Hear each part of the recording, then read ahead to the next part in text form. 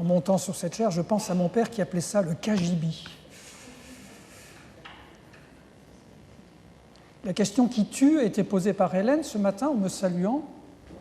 Qu'est-ce qui s'est passé en 1987, histoire de vous dire que le temps passe, que les cheveux blanchissent. Je ne me souvenais absolument plus de ce que nous avions fait ensemble, c'est-à-dire un voyage en Israël. Ce genre de sabbat permet aussi des réunions familiales où on retrouve des êtres chers. On retrouve de la famille aussi. Jérôme, mon cousin. J'ai dû demander à mon voisin, est-ce que c'est sûr que c'est Jérôme Beauricard, là au premier rang? Pas d'histoire pour les enfants, mais 3 histoires pour les grands. Je vous préviens tout de suite, histoires qui ne sont pas faciles, quoi qu'on en pense, quoi qu'on en sache. 3 personnages qui vont nous accompagner ce matin, dont vous découvrirez rapidement les prénoms. J'ai regardé attentivement la semaine dernière les images de la manifestation parisienne à la télévision contre le projet de loi du gouvernement concernant le mariage. J'ai entendu beaucoup de gens plutôt classés à droite, beaucoup de catholiques, quelques musulmans aussi. J'ai regardé encore, et il ne me semble pas avoir vu la moindre âme adventiste dans le cortège. Y en avait-il? Fabuleux! Fabuleux! Ça montre que nous avons certaines choses à dire sur certains sujets et que nous ne laissons pas aux autres le soin de faire le travail. Très bien. Mais sur de pareils sujets, comment vous décidez-vous? Comment savez-vous que là est la vérité et qu'il faut se battre pour cette vérité? Je ne parle pas du fait de manifester simplement, mais je parle d'une manière plus générale. Comment savoir, pour reprendre le texte qui a été lu il y a quelques instants, ce qui est juste et bon? Comment savoir où est la volonté de Dieu? Il y a des sujets qui sont très difficiles. Je vais en lister quelques-uns. Bon, le mariage est un sujet difficile. Avec le mariage, la cohabitation, oui ou non? Procréation médicalement assistée, oui ou non? Avortement, oui ou non? Manipulation génétique à des fins thérapeutiques, oui ou non? De très gros sujets pour lesquels, je suis désolé, il n'existe pas de touche magique sur ma Bible, en tout cas où il suffirait d'appuyer pour avoir une réponse définitive.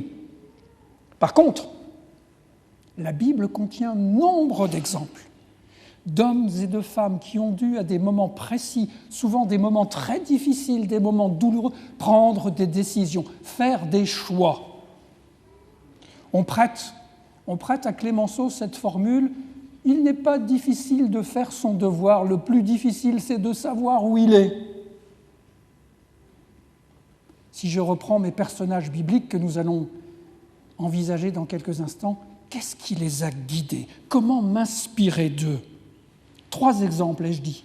Le premier, très connu, Daniel.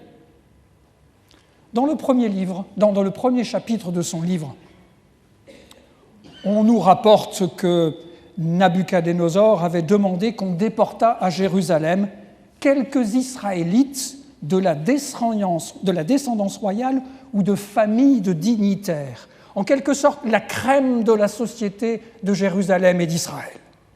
Le texte ajoute que les garçons devaient être sans défaut corporel, beaux, doués de toute sagesse, de connaissance et d'intelligence, les gendres parfaits, beaux, riches, intelligents, cultivés.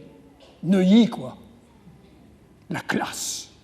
Justin Bieber pour les jeunes filles, George Clooney pour vous, mesdames. À côté, c'est du pipeau. non seulement beau, riche, intelligent et cultivé, mais aussi, et plus encore, fidèles aux principes de bons petits juifs bien formatés par leurs parents. Pas question de manger, dit le texte, ce qu'on leur propose, c'est-à-dire pourtant la nourriture royale, du fauchon tous les jours. Zéro compromis.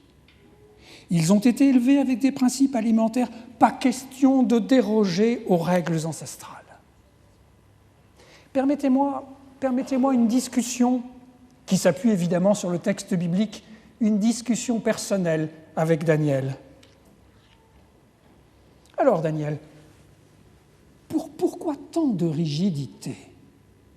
Tu n'es pourtant pas végétarien. Qui est végétarien parmi ton peuple, Israël ? Personne, surtout pas les prêtres d'ailleurs, qui consomment régulièrement les morceaux de choix des animaux offerts pour les sacrifices. Sans oublier, dans le contexte juif, l'agneau de Pâques tous les ans, consommé en famille. Daniel, tu crains peut-être que la viande mise sur la table du roi ne provienne de sacrifices païens ? As-tu l'esprit aussi étriqué ? Les divinités païennes, ça n'existe pas, donc tu n'as rien à craindre. Paul le confirmera plus tard. Daniel, tu n'es pas abstinent par rapport au vin. Souviens-toi quand tu étais en famille à Jérusalem, avec papa et maman, tous les vendredis soirs, pour honorer le sabbat. Qu'est-ce qu'on fait ? On boit du jus qui picote un tout petit peu. Pourquoi tant de rigidité, Daniel ? D'ailleurs, avec tes airs de gentil séminariste, je ne suis pas si sûr que tu sois aussi saint que cela. Daniel, on raconte, j'ai lu, que tu es inscrit à l'université de Babylone. 3 ans, programme de licence. Je me suis permis de regarder de près ton programme d'études, c'est mon métier de regarder les programmes d'études. Je ne vois rien en doctrine biblique, je ne vois rien en histoire d'Israël, l'histoire de ton peuple dans ton programme. Je ne vois rien, pour utiliser les grands mots, en théologie systématique, là où on examine toutes les croyances. Je ne vois rien en éthique, pour savoir si le mariage gay, oui ou non. Je ne vois rien, évidemment, sur l'histoire de l'Église adventiste ou sur l'esprit de prophétie. Par contre, Daniel, je vois que tu es inscrit à des cours sur la littérature babylonienne. Je vois que tu es aussi inscrit à d'autres cours sur les doctrines religieuses, les croyances religieuses des Babyloniens. Je vois des cours de théologie pratique, comment offrir un sacrifice aux divers dieux de Babylone, comment prédire l'avenir en ouvrant les entrailles des animaux, avec travaux pratiques, comment prier les dieux babyloniens, comment diriger une liturgie pour les dieux de Babylone.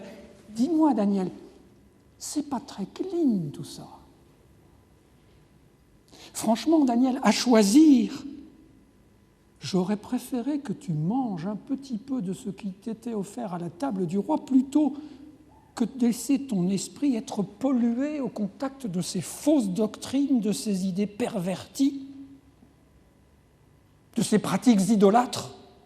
Tu as l'air d'un saint, Daniel, mais tu n'en es pas un, désolé. Compromis de Daniel, si vous me permettez ce mot très négativement connoté, compromis de Daniel que personnellement je n'aurais sans doute jamais accepté. Rigidité de Daniel en matière de tube digestif, alors que pour le reste, programmes universitaires, tout ce qui touche à l'esprit, alors là, il y a bien des choses à dire. Compromis, rigidité ou, pour parler comme Paul, intelligence. Pas question de se souiller à la table du roi, dit le texte. Mais les questions se posent, qu'est-ce qui souille ? Les aliments ou ceux avec lesquels on mange ces aliments ? Une autre histoire nous éclaire sur ce point. Vous pourrez relire dans le premier livre de Samuel au chapitre 20. Saül a invité à sa table le roi David pour plusieurs jours. Le premier jour, David ne vient pas, ni le deuxième. Et Saül devient furieux devant Jonathan. Je lis le texte. « Maintenant, fais-le saisir et qu'on l'amène, car il mérite la mort. Peine de mort pour celui qui ne mange pas à la table du roi. » Saül a bien compris que si David n'est pas venu, ce n'est pas parce qu'il n'aime pas la dînette royale, mais c'est parce qu'il ne veut pas, parce qu'il ne peut plus reconnaître Saül comme le roi. C'est qu'il conteste son autorité. Il ne veut en aucun cas lui faire allégeance. Si Daniel ne veut pas se laisser souiller à la table du roi, c'est qu'il ne veut en aucun cas reconnaître ce roi pour ce qu'il prétend être, un dieu, la tête d'or, mais le corps lui-même tout entier. Nabuchodonosor, tu m'invites à ta table, tu souhaites me compter parmi tes sujets, parmi tes adorateurs béats. N'y compte pas, jamais, jamais, seul mon Dieu, le Dieu d'Israël, mérite mon adoration. Jamais je ne mangerai à ta table, quelle que soit l'excellence des mets que tu peux proposer. Intelligence de Daniel, qui accepte le programme académique, mais qui refuse sans hésiter jamais de fléchir les genoux devant ce roi divin. Je ne mangerai jamais à ta table. Fin de la première histoire. Histoire numéro 2. Pas très loin de là, l'histoire d'une jeune fille que vous connaissez tout autant que Daniel, Esther. Ne tirez pas trop vite la conclusion à partir de l'histoire de Daniel que toute commensalité est répréhensible, que jamais il ne faut partager la table de ceux qui ne pensent pas comme nous, comme vous, qui ne croient pas comme nous et vous. L'histoire numéro 2, celle d'Esther, pourrait nous dire autre chose. Encore une histoire de Juifs déportés par Nabuchodonosor, une orpheline cette fois, confiée à l'oncle Mardochée, Esther. La première histoire est pour les dames, la deuxième histoire est pour les hommes. Le texte dit explicitement, je lis, « Cette jeune fille avait un corps splendide et elle était belle à regarder. » Damned, comme on dit chez moi en Angleterre, pas une cagette, mais un canon, la petite Esther. Entre parenthèses, l'esthétique dans l'Ancien Testament, ça compte. Il y a beaucoup de belles femmes dans l'Ancien Testament. De bel homme aussi, on dit par exemple de Moïse dans le texte qu'il était beau. Même pour la création que nous étudions d'ailleurs. Il faudrait peut-être reconsidérer la traduction des textes. Dieu fit, premier jour, là, et c'était bon. Quand vous voyez un beau paysage, quand vous circulez dans un paradis, un petit paradis comme les Dolomites par exemple en Italie, vous ne dites pas « Oh, c'est bon », vous dites « C'est beau ». Fin du premier jour, Dieu dit « Oh, c'est beau ». Et le dernier jour, c'était très beau. C'était très beau. Il y a peut-être une théologie de l'esthétique à développer. Esthétique architecturale, vous êtes bien placé ici à Neuilly. Ah, ça fait du bien d'être dans une église qui est une vraie église, avec un vrai instrument de musique. Ça fait du bien. Esthétique musicale aussi, quel que soit le genre de la musique qu'on utilise, esthétique du goût, ce que l'on mange, surtout pour les mets végétariens d'ailleurs, souvent si mal préparés et présentés qu'ils ont fabriqué des cohortes de carnivores par compensation et par revanche. Et ça, c'est un autre sujet. Elle vit à Suse, Esther, 200 kilomètres de Babylone à l'est. A-t-elle entendu parler de l'histoire de son prédécesseur Daniel ? Le texte ne le dit pas, mais je n'imagine pas un seul instant, compte tenu de la popularité de Daniel, lui qui est devenu le préfet de Babylone, le responsable des ressources humaines en charge de tous les sages de Mésopotamie, je ne doute pas un seul instant qu'elle ne connaissait pas l'histoire de Daniel. Elle aurait mieux fait de s'inspirer de Daniel, d'ailleurs, la petite Esther. Mais de quel Daniel ? L'histoire qui mange, du Daniel qui mange, ou qui ne mange pas, ou l'histoire du Daniel qui va à l'université babylonienne? Parce que l'histoire d'Esther, c'est aussi l'histoire d'une compromission, qu'on me permette ce mot à nouveau, car on ne voit pas Esther résister quand on rassemble des jeunes filles pour les préparer à devenir des concubines du roi. On ne voit pas Esther résister quand on lui donne accès à tous les produits de beauté inimaginables. Vous savez, tous les petits tubes, les petits machins qui encombrent nos salles de bain et qui, mesdames, ne servent absolument à rien. Vous vous faites arnaquer. Et on vous aime comme vous êtes. 7 servantes, rien que pour elle. On ne voit pas Esther dire « Non au roi, mon cher, tu as beau être le roi, mais il n'est pas question jamais que je couche avec toi. » Daniel, lui, avait décidé de ne pas faire acte d'allégeance. Apparemment, on en est loin avec Esther. Daniel avait décidé de ne pas manger. Esther est spécialiste en festins. Elle organise des festins. Et quand on lit la description du grand banquet au chapitre 1er du livre d'Esther, on comprend qu'on est très très loin de la réforme sanitaire adventiste. Je lis le verset 8. On servait à boire dans une grande variété de coupes d'or et le vin du royaume abondait royalement et on buvait selon un protocole sans contrainte. Du Gérard Depardieu, quoi. Ma chère Esther, c'est pas sérieux tout cela.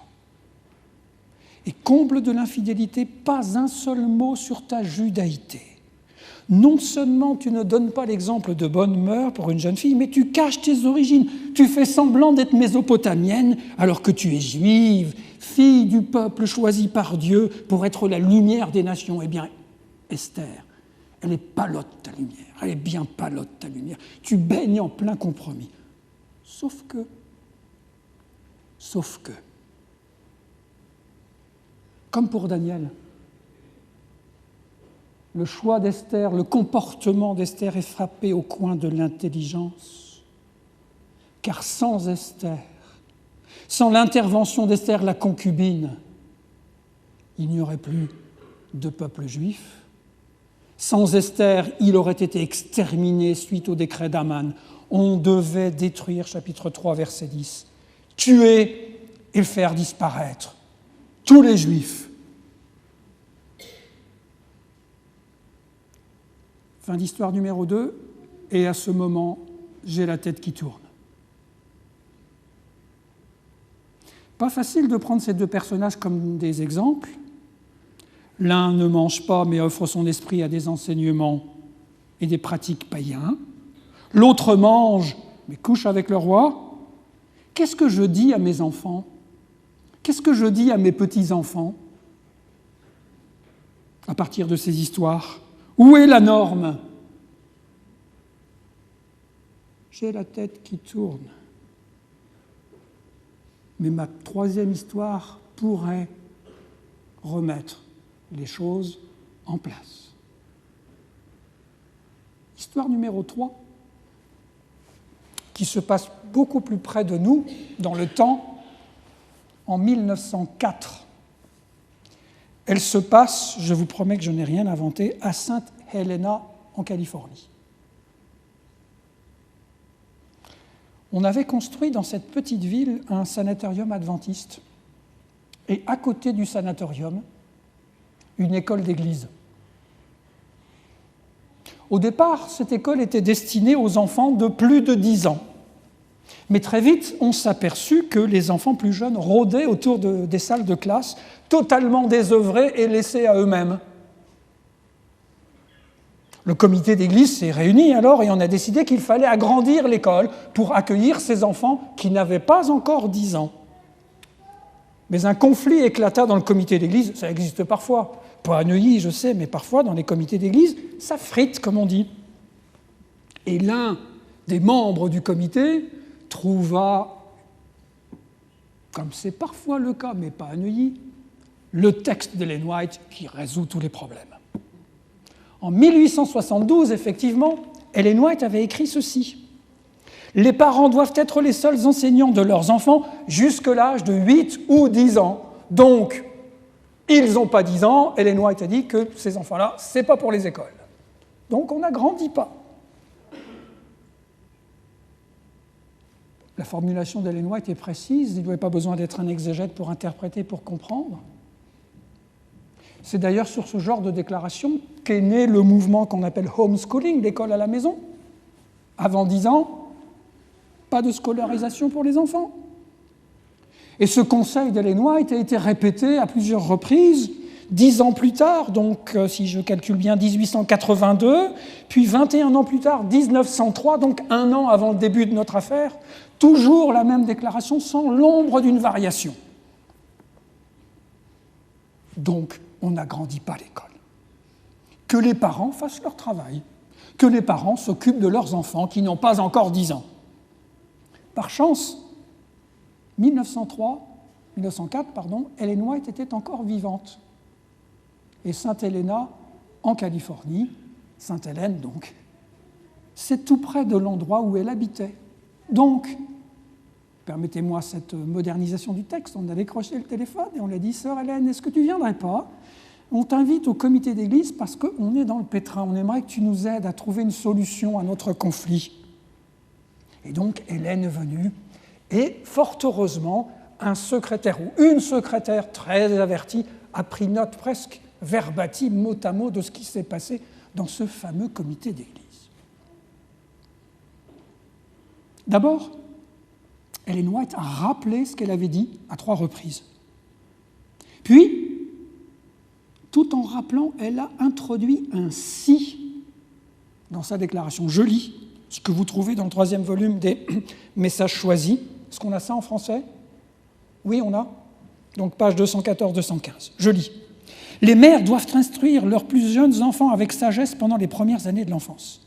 Si chaque mère était capable de le faire et prenait le temps d'enseigner à ses enfants les leçons qu'ils doivent apprendre dans les premières années de l'enfance, alors tous les enfants pourraient être gardés dans l'école de la famille jusqu'à l'âge de 8, 9 ou 10 ans. Si les mères, c'est un peu dur, et les pères aussi, j'ajoute, faisaient leur travail, on pourrait garder les enfants à la maison jusqu'à 8, 9 ou 10 ans. Malheureusement, constate-t-elle, beaucoup de parents ne font pas leur travail. Donc, conclusion, c'est à l'Église de prendre la relève. Et la discussion se poursuit dans le comité et elle va ajouter 3 remarques qui sont, à mon avis, des remarques clés dans notre sujet. Pour nous éviter d'avoir ce que j'appelais la tête qui tourne, le tournis. Première remarque, Dieu désire que nous traitions ce genre de problème avec sensibilité. En d'autres termes, quand vous devez prendre une décision, faites preuve de sensibilité. Encore en d'autres termes, intégrez votre affect dans toute prise de décision. Les principes sont bons, et nous sommes souvent excellents en matière de principes, mais ils ne sauraient suffire eux seuls. Quand vous devez décider, faites fonctionner votre cerveau droit et pas simplement le cerveau gauche. Autrement dit, les sentiments sont importants. La sensibilité, c'est important au moment de choisir. Très curieusement, de l'autre côté de l'Atlantique, pratiquement à la même époque, à la fin du XIXe siècle, un grand théologien disait quoi ? La religion est d'abord un sentiment qui nous relie à l'infini. Les doctrines sont importantes, les principes sont importants, mais la religion est un sentiment. Et si on mettait un peu plus de sentiments dans notre religion adventiste ? Plus de joie, plus de sourire, quand il faut se réjouir, plus de pleurs, plus de larmes quand on a de bonnes raisons d'être attristé, plus de colère et de hargne quand on a des bonnes raisons de se révolter. C'est moi qui vous dis ça, qui n'excelle pas beaucoup dans la manifestation de sentiments, mais il est bien connu qu'on prêche pour soi-même d'abord. Vous connaissez l'histoire de l'Évangile, les joueurs de flûte, réprimandés par Jésus, du moins parlés aux Juifs. Quand c'est triste, vous êtes comme ça. Quand c'est joyeux, vous êtes comme ça. C'est plat. Toujours la même chose. Faites preuve de sensibilité, dit Ellen White. Deuxième remarque, surprenante. Ellen White se fâche. Je transcris en langue française moderne. J'en ai ras-le-bol, dit-elle, qu'on mette du Ellen White à toutes les sauces. Je lis en anglais. Why Sister White had said so and so, and Sister White had said so, and therefore we are going right up to it. Au moment de prendre une décision, vous n'êtes bon qu'à dire « Ah, mais Ellen White a dit ceci » ou « Ellen White a dit cela ». Ras-le-bol, dit Ellen, des perroquets de l'esprit de prophétie. La référence à mes textes ne suffit pas. Ah, vous aviez de bonnes raisons de dire qu'il ne faut pas ouvrir l'école. Mais en fait, vous n'avez pas compris ce que je voulais dire. Ce n'est pas parce que vous m'avez à la bouche que vous prendrez la bonne décision. J'ai dit ceci, j'ai dit cela, et alors, ce n'est pas à moi de décider pour vous. No comment. Pas de commentaire sur notre utilisation parfois des textes d'Ellen White qu'on utilise comme le dernier mot en matière d'interprétation, comme en matière de décision. Mais ce qu'on dit pour Ellen White, on peut aussi le dire pour la Bible. La Bible n'est pas là pour prendre des décisions à notre place. C'est à nous de faire des choix éclairés par notre connaissance des exemples bibliques. Le « il est écrit » tout seul peut être redoutable. Tous les fondamentalistes fabriquent ou fonctionnent avec du « il est écrit » qu'ils ne connaissent généralement pas d'ailleurs. Ceux qui sont en train de nous empoisonner l'existence au Mali, ils ont du « il est écrit », mais probablement qu'ils n'ont jamais lu le Coran. La Bible d'ailleurs, et elle est faite pour cela, et c'est pour cela que je l'aime. Elle comporte beaucoup plus de questions que de réponses, beaucoup plus de textes ouverts que de textes fermés. Bien des histoires de la Bible ne tranchent pas. Vous lisez le livre de Jonas. C'est quoi la fin de Jonas ? Dernier chapitre, « Oh Seigneur, je ne suis pas d'accord avec ce que tu as fait avec les Ninivites. » Et puis il y a l'histoire du ricin. Et la fin, c'est quoi ? Est-ce que Jonas a changé d'état d'esprit ? Est-ce qu'il s'est converti ? Vous ne le savez pas. Parce que c'est à vous d'écrire l'histoire à partir de Jonas. L'histoire du fils aîné et du fils dit prodigue, c'est quoi la fin de l'histoire ? C'est à nous de l'écrire. Tu as lu, dit la Bible, tu as vu, à toi maintenant de décider. Troisième remarque d'Ellen White, je cite, « Dieu veut que nous fassions preuve de bon sens et il veut que nous raisonnions à partir du bon sens. Les circonstances modifient les conditions, les circonstances changent le rapport aux choses. » Ça, c'est du lourd. Bon sens, raison, prise en compte des circonstances. Comment décider, comment faire des choix ? En d'autres termes, Ellen White est en train de dire « pensez, réfléchissez, raisonnez. Ne vous contentez pas de lire les histoires, ne vous contentez pas de citer les bonnes pages de la Bible. Il faut, à partir de ces histoires, apprendre à réfléchir, à raisonner, pour décider en fonction des circonstances avec bon sens. La Bible ne mâche pas le travail. La lecture est importante, elle est irremplaçable. La connaissance est importante, mais en dernier lieu, c'est à vous, c'est à nous de décider.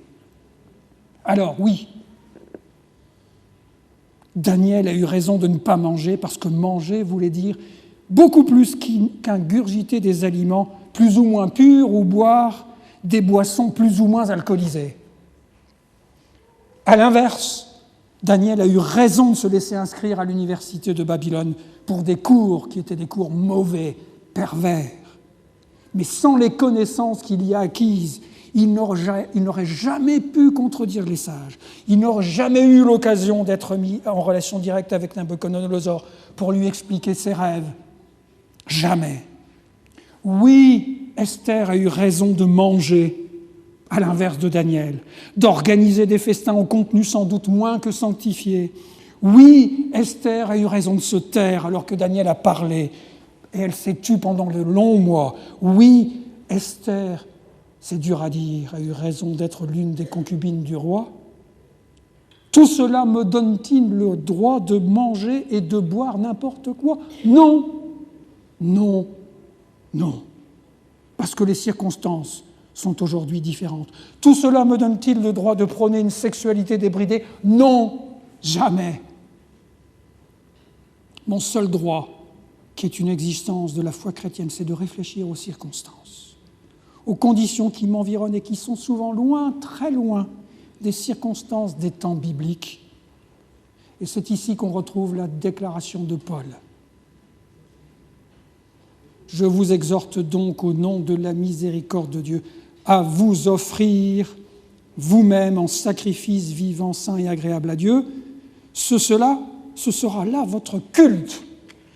Définition de culte: ne vous conformez pas au monde présent, mais soyez transformés par le renouvellement de l'intelligence. Conformité d'un côté au monde ou transformation de l'intelligence. Renouvellement de votre intelligence pour discerner ce qui est bon, ce qui est parfait, ce qui est bien, ce qui est agréable, pour discerner la volonté de Dieu. Renouvellement de l'intelligence, dit Paul. L'intelligence dans la Bible, ce n'est pas votre curriculum vitae avec la liste de vos diplômes supposés. Ça n'a rien à voir avec ça. L'intelligence dans la Bible, c'est la capacité de discerner. Et vous avez noté que Paul relie cela au culte. Paul nous parle d'une liturgie pour l'intelligence en constant renouvellement. On est loin ici, quand on parle de liturgie, généralement c'est des choix musicaux. Est-ce qu'on chante ceci ou est-ce qu'on chante cela? C'est le choix de l'histoire pour les enfants, l'ordre du culte bien huilé, guindé ou rigide, dans certaines églises, pas ici. Liturgie d'intelligence, c'est-à-dire disposition, dispositif, procédure par lesquelles en Église on apprend à penser, on apprend à réfléchir pour finalement savoir décider. Renouvellement, ça veut dire ça n'est jamais un acquis. C'est une démarche constante, tournée résolument vers l'avenir. Ce n'est pas prendre en compte uniquement le passé, mais c'est prendre en compte le présent et c'est prendre en compte aussi l'avenir, parce que notre société est difficile, les conditions sont insaisissables, incompréhensibles, souvent apparemment très loin de l'Évangile. Absolue nécessité, disent ces histoires, de faire fonctionner nos méninges, de ne pas nous contenter de dupliquer, de répéter, de copier, de nous conformer. Pendant combien d'années ai-je entendu en tant que jeune enfant, adolescent dans l'Église, « Ah, ne vous conformez pas au siècle présent », ça veut dire « n'allez pas au cinéma, n'allez pas au théâtre, ne regardez pas la télé ». Bref, c'est pas du tout cela. Le siècle présent, c'est quoi? C'est le monde de la copie, de la duplication. C'est la mondialisation. Partout la même chose. Vous voyagez dans le monde entier et vous retrouvez les mêmes enseignes. Vous mangez la même nourriture, mauvaise. La pire insulte que m'ont faite mes filles un jour, c'est que je les emmène en Turquie. Nous débarquons à Istanbul. Premier repas. Papa, on peut aller au McDo?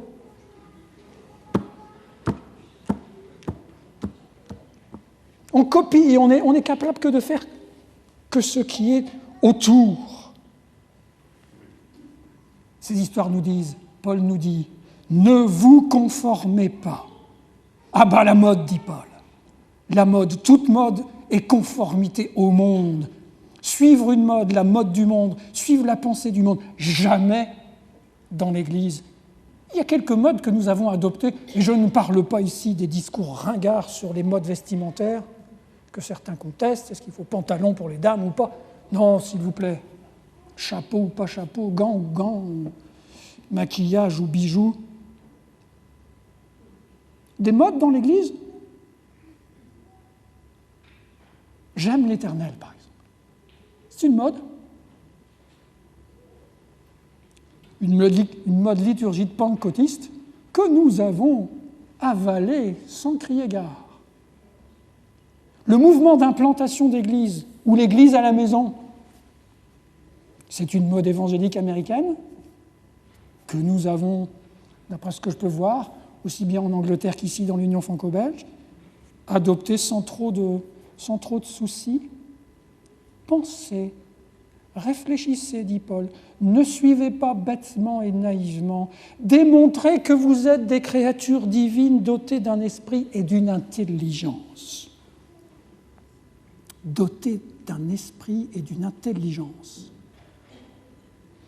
J'ai dans ma tête une chanson qui m'obsède. Évidemment, quand je veux dire le nom du compositeur, vous allez dire, il est bien vieux le type, hein, Jacques Brel. Du grand Jacques Brel. Très grand Jacques Brel. Chez ces gens-là, monsieur, on ne pense pas. On ne pense pas, monsieur.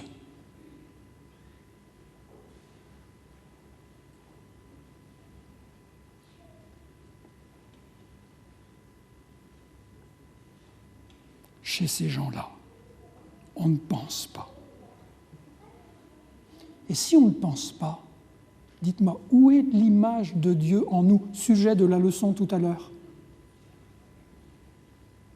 J'avoue que certaines discussions dans les milieux adventistes, actuellement, concernant l'interprétation des 11 premiers chapitres de la Genèse, me laissent totalement froid. Savoir si ce sont des jours de ceci ou de cela, si c'est 24 heures ou 23 heures, si c'est consécutif ou pas consécutif, pardonnez-moi, j'en ai pas beaucoup à cirer. Parce qu'à mon avis, ces textes-là disent des choses bien plus importantes. Ils me disent, tu n'es pas un animal, tu n'es pas une bête, tu n'es pas une plante, tu as été fait à mon image. Ça veut dire que là-dedans, il y a quelque chose. J'ai mis mon image là-dedans dans ta tête. Je t'ai donné un cerveau pour que tu penses et pour que tu réfléchisses.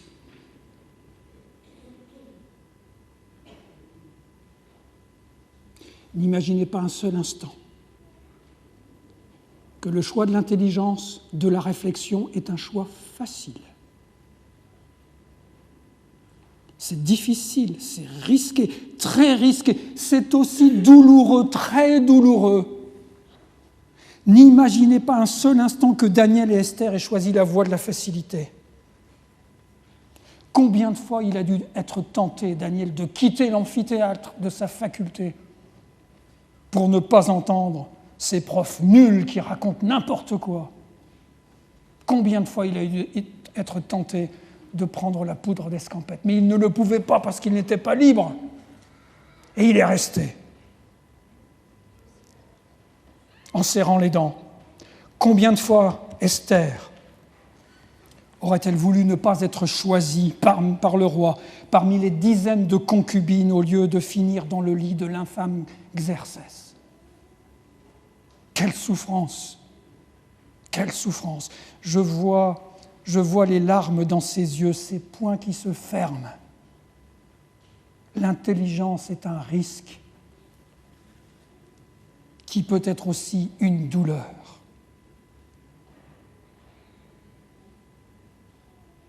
Mais chez ces gens-là, monsieur, chez Daniel, chez Esther, chez vous, chez nous, je l'espère, chez ces gens-là, monsieur, on pense.